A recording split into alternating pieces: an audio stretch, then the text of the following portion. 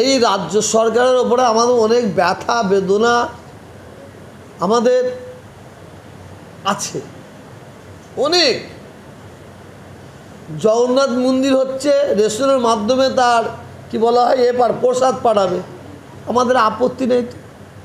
জগন্নাথ মন্দির হয়েছে, আমাদের আপত্তি নাই। কালী পুজোয় একদিনের জায়গায় 4 দিন ছুটি হয়, আমাদের আপত্তি নেই। দুর্গা পুজোর 4 দিনের জায়গায় 14 দিন ছুটি হয়, আমাদের আপত্তি নেই। কী বলে জামাই ষষ্ঠীতে ছুটি হয়, হ্যাঁ কী বলে কলা পুজোটাকে কী বলা হয় যে না কলা ছট পুজোয় ছুটি দিয়েছে, আমাদের আপত্তি নেই। আমাদের আপত্তিটা মমতা ব্যানার্জির কাছে এইটি, আমরা দীঘায় মসজিদ চেয়েছি, দীঘায় মসজিদ চেয়েছি, সে মসজিদ কেন হবে না। আমরা ঈদের ছুটি চেয়েছি, আমরা বকরা ঈদের ছুটি চেয়েছি, আমরা 2 দিন ঈদের ছুটি চেয়েছি, 3 দিন বকরা ঈদের ছুটি চেয়েছি। তো মমতা ব্যানার্জি উনি কি মনে করছেন ব্যাটা তোরা ফাঁদে পড়েছিস, তোরা যা বলবি আমাদের যা বলবি কলা শুনবে, কিন্তু ভোটের সময় তোর বাবার বাবাকে আমাকে ভোটটা দিতে হবে, যেটা উনি এইটা মনে করে তাহলে ভুল করবে বলে মনে করি।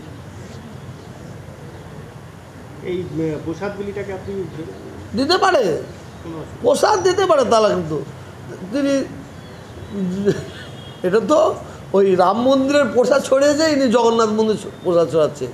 তা আমরা ওনার কাছে তো বলেছি দীঘাতে তো শুধু এই হিন্দু ভাইয়েরা যায়নি, কোনো মুসলমান ভাইয়েরা যায়, 40% মুসলমান ভাইয়েরা যায়।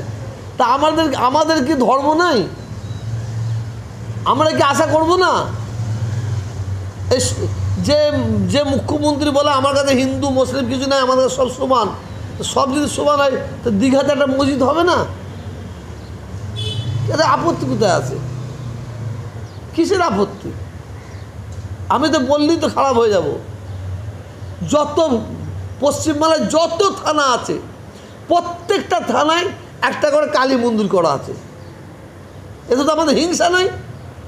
ঠিক আছে, আমার হিন্দু ভাইয়েরা তারা কালী মন্দিরে যাবে, যা পুলিশ প্রশাসনের লোক, তো পুলিশ প্রশাসনের লোক তো মুসলমান আছে। ওই পাশে একটা মসজিদ নয় একটা নামাজ ঘর করে দেওয়া যায়, তো একটা পশ্চিমবাংলা হয়েছে। বললে অনেক কিছু বলা যায়, বেশি কিছু আমি বলতে রাজি নই, তাও বলে অনেক বের করে নিলেন, তাই না? দাবি করবেন কি মসজিদ বা এর জন্য?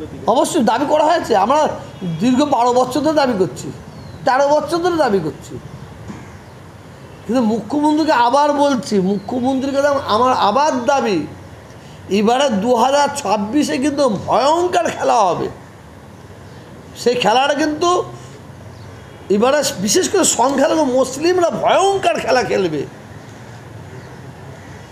ওই ব্যক্তিকে যে এমএলএ তার মাকে ভাত দেয় না, যে এমএলএ তার বাবাকে ভাত দেয় না, যে এমএলএ তার ভাইকে ভাত দেয় না, তার বোনকে ভাত দেয় না, সেই এমএলএ মানে মানুষের কিভাবে সেবা করতে পারে বলুন তো?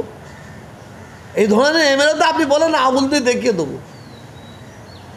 এমএলএ পাউডার মেখে ঘুরে বেড়াবে, সোনো মেখে ঘুরে বেড়াবে, ওই এমএলএ আমরা চাই না। আমরা ওই ধরনের এমএলএ দেখতে চাই, ওই ধরনের এমপি দেখতে চাই যে পরিশ্রম মমতা ব্যানার্জি করেছে, সুখে দুঃখে মানুষের দরজায় দরজায় গেছে, ওই ধরনের এমএলএ এমপি দেখতে চাই।